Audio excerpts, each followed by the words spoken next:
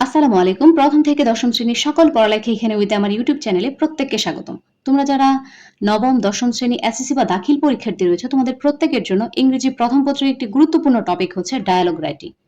তো এই dialogue writing এ যদি তোমরা একটা ভালো নম্বর পেতে চাও অথবা ১০ এ ১০ পেতে চাও তোমাদেরকে অবশ্যই কিছু সুনির্দিষ্ট সিস্টেম বা রুলস ফলো করে কিন্তু তোমাদেরকে ডায়ালগটা খাতায় লিখতে হবে।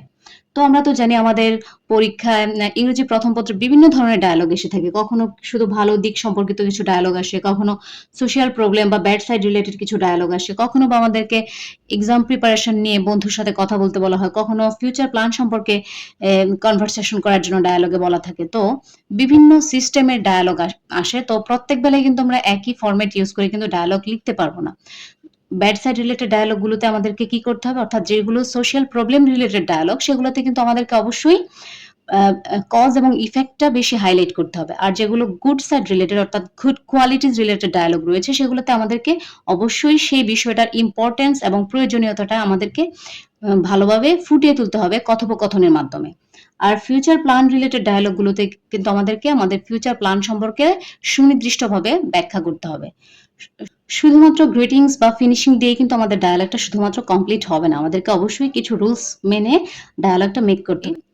তো আজকের ভিডিওতে আমি ব্যাড সাইড রিলেটেড অর্থাৎ সোশ্যাল প্রবলেম রিলেটেড ডায়ালগের একটি ফরম্যাট নিয়ে এসেছি যে ফরম্যাটটি ইউজ করে তুমি খুব সহজেই কিছু সোশ্যাল প্রবলেম রিলেটেড অর্থাৎ কিছু ব্যাড সাইড রিলেটেড ডায়ালগ গুলো সহজে পরীক্ষায় অ্যান্সার করতে পারবে। তো কি কি ডায়ালগ তুমি এই ফরম্যাটটা দিয়ে কভার করতে পারবে? আমি কিছু ইম্পর্টেন্ট ডায়ালগের নাম বলি, যেমন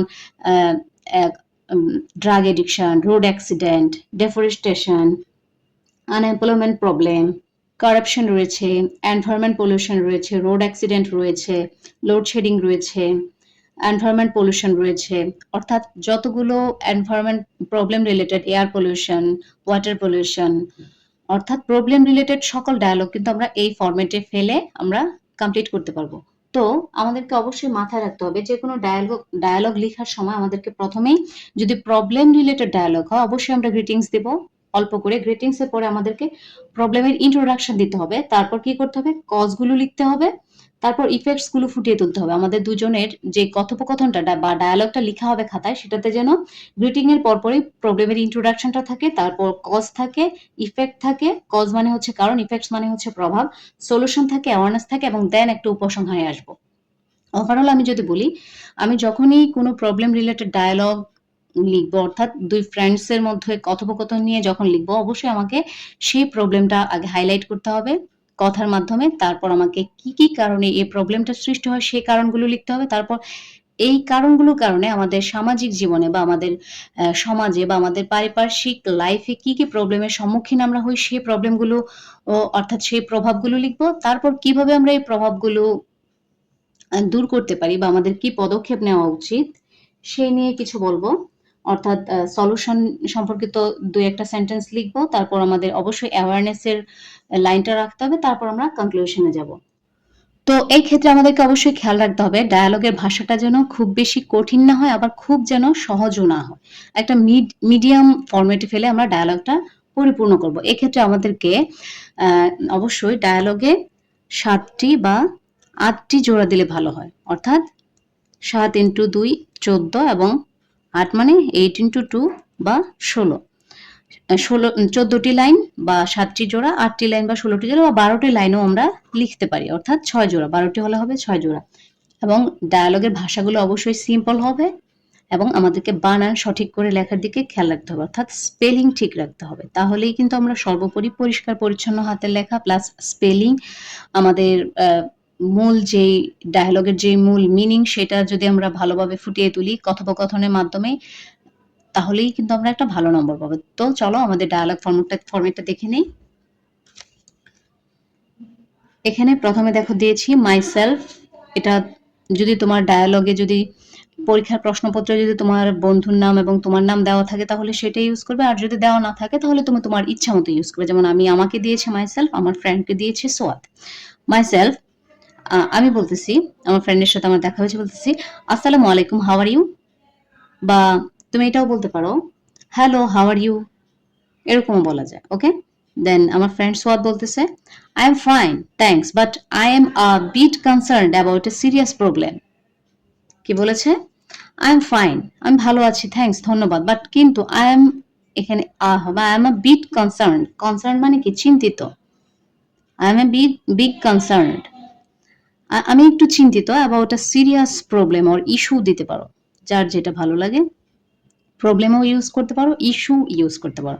আমি একটু একটা জটিল বিষয় নিয়ে চিন্তিত। তারপর আমার ফ্রেন্ড এটা বলার পর আমি কি বললাম? What is it? এটা কি? মানে কি বিষয়ে? আমার ফ্রেন্ড সোয়াদ বলল কি?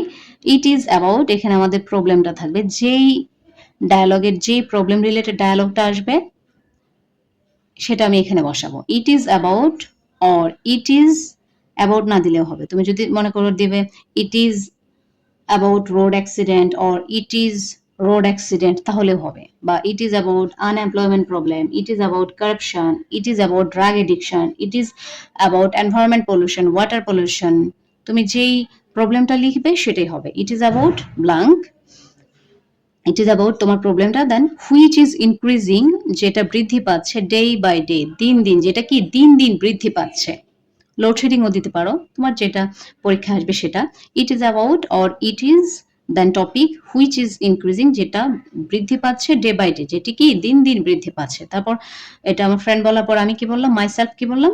ইয়েস ইউ আর রাইট, হ্যাঁ তুমি ঠিক বলেছো। It has become a burning issue in our society. Burning issue মানে কি? গুরুতর সমস্যা, গুরুতর সমস্যা, issue or burning question or burning problem. তো আমি কি লিখলাম? Yes you are right, it has become a burning issue in our society. তারপর আমার ফ্রেন্ড কি বললো খেয়াল করো। সোয়াদ কি বললো? ইট is really alarming for us, এটা আমাদের জন্য কি ভয়ঙ্কর বটে। অ্যালার্মিং মানে হচ্ছে ভয়ঙ্কর। It is really alarming for us, এটা আমাদের জন্য ভয়ঙ্কর বটে। তারপর আমি কি বললাম? Myself, do you know the causes of this problem? Do you know the causes of this problem? তুমি কি এই সমস্যার কারণগুলো জানো? কেন মূলত এই সমস্যাটা হয়? সেটা যে কোনো প্রবলেম রিলেটেড সমস্যা হতে পারে। তুমি সব ক্ষেত্রে এই প্রশ্নটা করতে পারবে। Do you know the causes of this problem? তুমি কি এই সমস্যার কারণগুলো জানো? তারপর আমার ফ্রেন্ড কি বললো? সোয়াদ বললো দেয়ার আর মেনি কজেস, এখানে অনেক সমস্যা রয়েছে। সাচ এজ অর ফর ইনস্ট্যান্সও বলতে পারি। দেয়ার আর মেনি কজেস, আসলে এই সমস্যাটার পেছনে অনেক কারণ রয়েছে। সাচ এজ, যেমন এখানে তুমি 2-3টা সমস্যা দেবে। Cause number 1, cause number 2 and lack of proper awareness. Lack of proper awareness. তোমরা খেয়াল করবে প্রত্যেকটা প্রবলেম রিলেটেড ডায়ালগে তুমি কিন্তু there are many causes such as, দুইটা কজ দেবে and lack of proper awareness. কারণ প্রত্যেকটা সমস্যার পিছনে কিন্তু আমাদের সঠিক বা যথাযথ সচেতনতার অভাব সবসময়ই থাকে। সো আমরা লিখবো there are many causes or there are many problems such as. তুমি যেই টপিকটা আসবে, যেই টপিকটা নিয়ে ডায়ালগটা আসবে, সেই টপিকের পেছনে কি কি কারণ থাকে সেখান থেকে দুইটা কারণ এখানে দিবে। এখানে কারণ নাম্বার 1, এখানে কারণ নাম্বার এখানে তোমার প্যারাগ্রাফে যে টপিকটাই আসবে কজ রিলেটেড বা প্রবলেম রিলেটেড, সেইখানে তুমি প্রথমে দেবে এখানে একটি কারণ কজ 1, এই বক্সে দিবে আরেকটি কারণ। তোমাকে 2-3টা কারণ দিলেই হবে এবং পরবর্তীতে লিখবে ল্যাক অফ প্রপার অ্যাওয়ারনেস। কারণ আমরা কি দেখেছি, প্রত্যেকটা সমস্যার পিছনে, সেটা সামাজিক হোক বা পারিবারিক, যে কোনো প্রবলেমে ব্যাড সাইড রিলেটেড যে কোনো বিষয়েই কিন্তু প্রপার বা যথাযথ সচেতনতার অভাবেও কিন্তু হয়ে থাকে। সো আমরা প্রত্যেকটা প্রবলেম রিলেটেড কজের ক্ষেত্রে কিন্তু ল্যাক অফ প্রপার অ্যাওয়ারনেসটাকে দায়ী করতে পারি। সেই কারণে এই ফর্মেটে আমি রেখেছি ল্যাক অফ প্রপার অ্যাওয়ারনেস। তোমায় আবারও বলছি, আমি যখন আমার ফ্রেন্ডকে জিজ্ঞাসা করলাম do you know the causes of this problem, তুমি কি এই সমস্যাটার পেছনের কারণগুলো জানো? তখন সোয়াদ কি বললো, আমার ফ্রেন্ড কি বললো? দেয়ার আর মেনি কজেস। এখানে আসলে এই সমস্যাটার পেছনে অনেক কারণ রয়েছে। সাচ এজ, যেমন ধরো তোমার যে প্রবলেমটা হবে সেই প্রবলেমের পেছনে 2টি কারণ and lack of proper awareness, এবং যথাযথ সচেতনতার অভাব। দেন মাইসেলফ, আমি কি বললাম? What are the effects of this problem? আচ্ছা, এই সমস্যাটার পেছনে কি প্রভাব রয়েছে? এফেক্টস মানে হচ্ছে প্রভাব, ঠিক আছে। আর কজ মানে ছিল কারণ, কজ অর্থ হচ্ছে কারণ। তো what are the effects of this problem, আমি কি বললাম? এই সমস্যার পেছনে কি কি প্রভাব রয়েছে। তারপর সোয়াদ কি বললো? It has many negative effects, এর বিভিন্ন নেতিবাচক প্রভাব রয়েছে। এটার অনেক নেতিবাচক প্রভাব রয়েছে, নেগেটিভ ইফেক্টস, এর বিভিন্ন নেতিবাচক প্রভাব রয়েছে। ইট কজেস, কজ মানে কারণ, ঠিক আছে। ইট কজেস,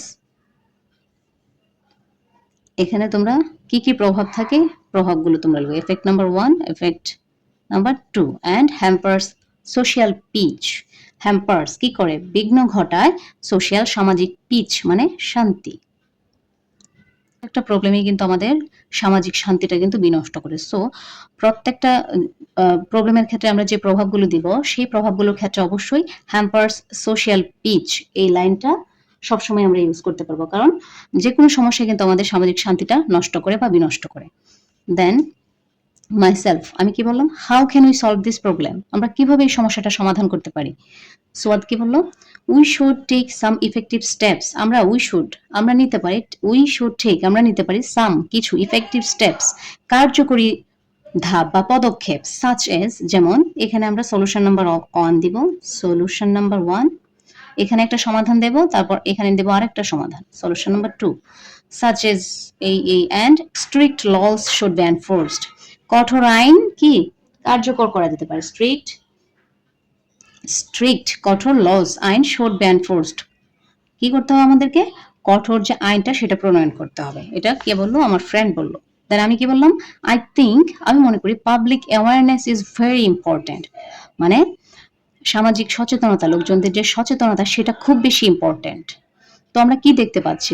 প্রত্যেকটা ব্যাড সাইড রিলেটেড অর্থাৎ সোশ্যাল প্রবলেম রিলেটেড ডায়ালগগুলো সেটা প্যারাগ্রাফ লিখলেও আমাদের কিন্তু সেক্ষেত্রে পাবলিক অ্যাওয়ারনেসটা ইম্পর্টেন্ট।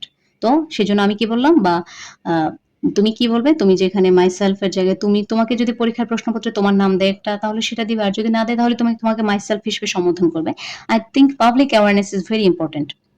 সামাজিক সচেতনতাটাও কিন্তু আমি মনে করি সামাজিক সচেতনতাটাও খুব বেশি গুরুত্বপূর্ণ। তারপর সোয়াদ কি বললো? Yes, without awareness it is impossible to solve this problem. হ্যাঁ, সচেতনতা ছাড়া যে কোনো এটা এই সমস্যাটা সমাধান করা প্রায় অসম্ভব। যে কোনো সমস্যায় যদি সচেতনতা না থাকে, সচেতনতার অভাবে কিন্তু সেই সমস্যাটা সমাধান করা একদমই সম্ভব নয়। সেই কারণে সোয়াদ কি বলেছে? ইয়েস, উইদাউট অ্যাওয়ারনেস, সচেতনতা ছাড়া ইট ইজ ইম্পসিবল, এটা অসম্ভব টু সলভ দিস প্রবলেম, এই সমস্যাটা সমাধান করা। তো আমি যেহেতু এটা একটা ইউনিভার্সাল ফরম্যাট তোমাদেরকে দিচ্ছি, এই ফরম্যাটটা ইউজ করে কিন্তু তোমরা প্রত্যেকটা সমস্যার রিলেটেড ডায়ালগগুলো লিখতে পারবে। সো প্রত্যেকটা কথাই কিন্তু কি দেখতে পাচ্ছ? প্রত্যেকটা সেন্টেন্সই কিন্তু যে কোনো সমস্যা রিলেটেড ডায়ালগের সাথে সম্পর্কিত বা যে কোনো সমস্যা রিলেটেড ডায়ালগগুলোতে তুমি ইউজ করতে পারবে। দেন পরে মাইসেলফ, অর্থাৎ আমি কি বললাম? Myself, thank you for sharing your ideas. তোমার এত সুন্দর আইডিয়া বা ধারণা আমার সাথে শেয়ার করার জন্য তোমাকে ধন্যবাদ। অথবা এটাও বলতে পারো, thank you for your valuable discussion. তোমাকে ধন্যবাদ তোমার গুরুত্বপূর্ণ আলোচনার জন্য। অথবা এটাও বলতে পারো, thank you for the discussion. তোমার আলোচনার জন্য তোমাকে ধন্যবাদ। তুমি যেটা ইচ্ছে দিতে পারো। Thank you for sharing your ideas, thank you for your valuable discussion, thank you for your valuable time, thank you for your valuable ideas. যা ইচ্ছা তুমি দিতে পারো, তবে অবশ্যই তোমাকে সেন্টেন্সটা যেন সঠিক অর্থপূর্ণ হয় সেদিকে খেয়াল রাখতে হবে। দেন সোয়াদ কি বললো? ইউ আর ওয়েলকাম, তোমাকে স্বাগতম। Let's work together to build a better society. চলো একসাথে কাজ করি একটা উন্নত সমাজ গঠনে। লেটস মানে কি? লেটস মানে কি? লেটাস। চলো আমরা দুজনেই কি করি? একটা উন্নত সমাজ গঠনে একসাথে কাজ করি। বিল্ড মানে কি? গঠন করা। তো আমরা এখন আমি যে ফরম্যাটটা দিয়েছি এই ফরম্যাটটা ইউজ করে কিন্তু যে কোনো প্রবলেম রিলেটেড ডায়ালগ কিন্তু আমরা খুব অনায়াসে লিখতে পারবো। তো এখন যদি আমি কিছু এক্সাম্পল তোমাদের সাথে শেয়ার করি, এই ক্ষেত্রে খেয়াল করো, যদি আমাদের টপিকটা হয়, ডায়ালগের টপিকটা যদি হয় ড্রাগ এডিকশন নিয়ে, ডায়ালগের টপিকটা যদি আমার থাকে ড্রাগ এডিকশন নিয়ে, তো এডিকশনের ক্ষেত্রে কজ হবে 2-3টা কজ দিলেই হবে তোমাকে। ড্রাগ এডিকশনের ক্ষেত্রে কজ হবে কি? ব্যাড কোম্পানি, সঙ্গদোষ যেটাকে আমরা বলি, এবং আরেকটা কজ দিতে পারি ল্যাক অফ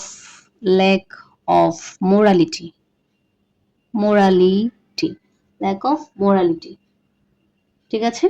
তারপর যদি আমি এই কজের কারণে আমাদের কি কি প্রভাব পড়ে সমাজে বা পারিবারিক জীবনে, ইফেক্টটা কি দিতে পারি? এর ফলে আমাদের হেলথ ড্যামেজ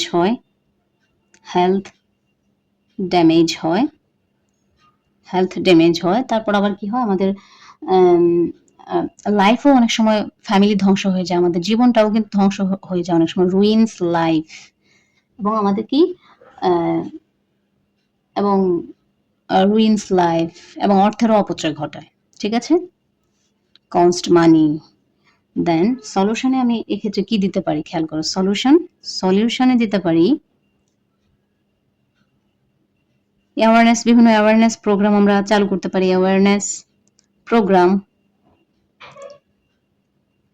প্রোগ্রাম চালু করতে পারি, প্রপার এডুকেশনের ব্যবস্থা করতে পারি, এছাড়াও আমরা চাইলে কিন্তু ড্রাগ আসক্ত ব্যক্তিকে কি প্রপার ট্রিটমেন্ট দিতে পারি। সো আমরা কি করতে পারি, যদি ড্রাগ অ্যাডিকশন রিলেটেড কোনো ডায়ালগ আসে, তো আমরা কজ হিসেবে দিতে পারি bad company, lack of morality, অথবা কিউরিওসিটি, অর্থাৎ কৌতূহল বশত কিন্তু অনেকেই ড্রাগ অ্যাডিক্টেড হয়, সেটা আমরা দিতে পারি। অ্যান্ড ইফেক্টে দিতে পারি health damage, ruins life or ruins family. Then সলিউশনে দিতে পারি কি অ্যাওয়ারনেস প্রোগ্রাম আমরা চালু করতে পারি, প্রপার এডুকেশন দিতে পারি। তাহলে কিন্তু আমাদের এই ড্রাগ এডিকশনের যে আমাদের কজ ইফেক্ট সলিউশনগুলো দেব, সেখানে আমরা ফরম্যাটটাতে এগুলো ইউজ করে আমরা আমাদের ডায়ালগটা কমপ্লিট করতে পারি। এছাড়াও আমাদের টপিকটা যদি হয় আমাদের মনে করো আনএমপ্লয়মেন্ট প্রবলেম,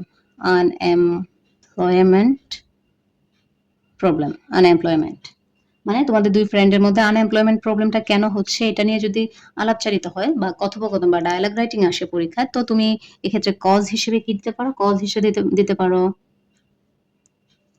ইলিটারেসি, মানে অশিক্ষা, ইলিটারেসি, তুমি অশিক্ষাকে দায়ী করতে পারো কজ হিসেবে। দেন দিতে পারো তুমি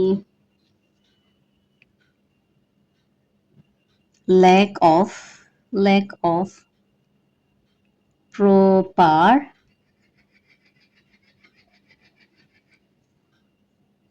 job category,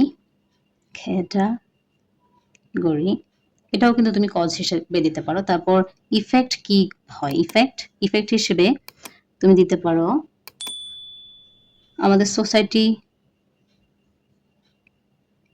সোসাইটি এবং ফ্যামিলি কি হয়, সোসাইটি রুইনস হয়, ফ্যামিলিতে কি হয়, family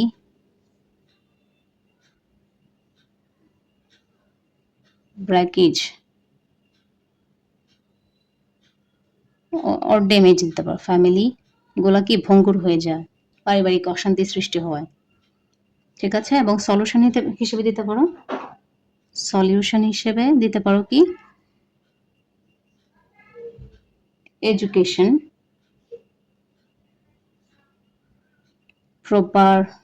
proper work place build up.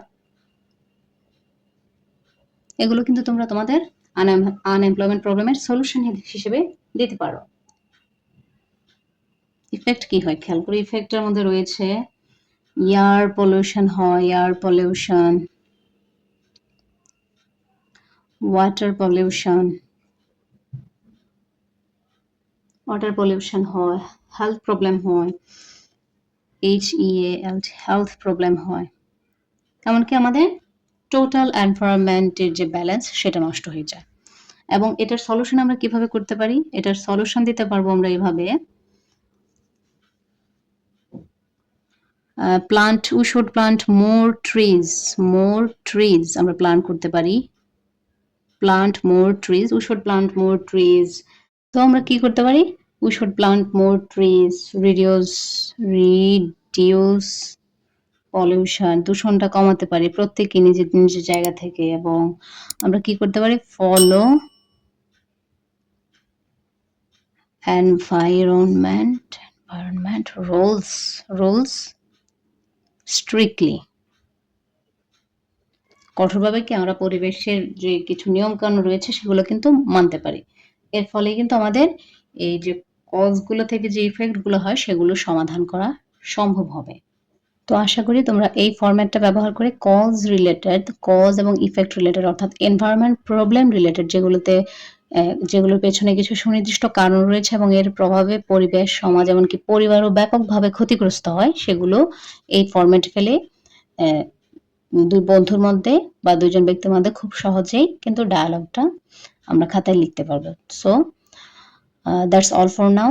Till then keep learning and keep growing. আল্লাহ হাফেজ।